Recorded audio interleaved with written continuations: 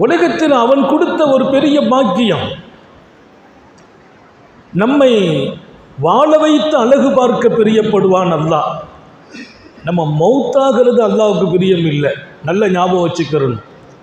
மௌத்தாகுவதற்கும் நம்ம பிறக்கல்ல, வாழ்வதற்கே பிறந்தோம். சாதிக்க வேண்டும், வாழும் காலத்தில் தான் சாதிக்க முடியும். சொர்க்கத்துக்கு சொந்தமாக வேண்டும், வாழும் காலத்தில் தான் சொந்தமாக முடியும்.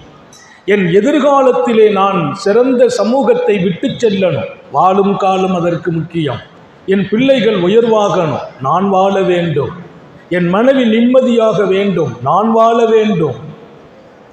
என் வீடு வசந்தமாக வேண்டும், நான் வாழ வேண்டும். ஆயிரம் ஆயிரம் இருதயங்களில் வெளிச்சமூட்டப்பட வேண்டும், அதற்கு காரணமாக நானும் வாழ வேண்டும். ஞாபகம் வையுங்கள், வாழ்வதுதான் அல்லாஹ்வின் இலக்கு. வாழ்வதை அல்லாஹ் பிரியப்படுகிறான். ஒவ்வொரு மனிதனுக்கும் ஹயாத்தை நீட்டி கொடுப்பது அல்லாஹ்வுக்கு பிரியம்.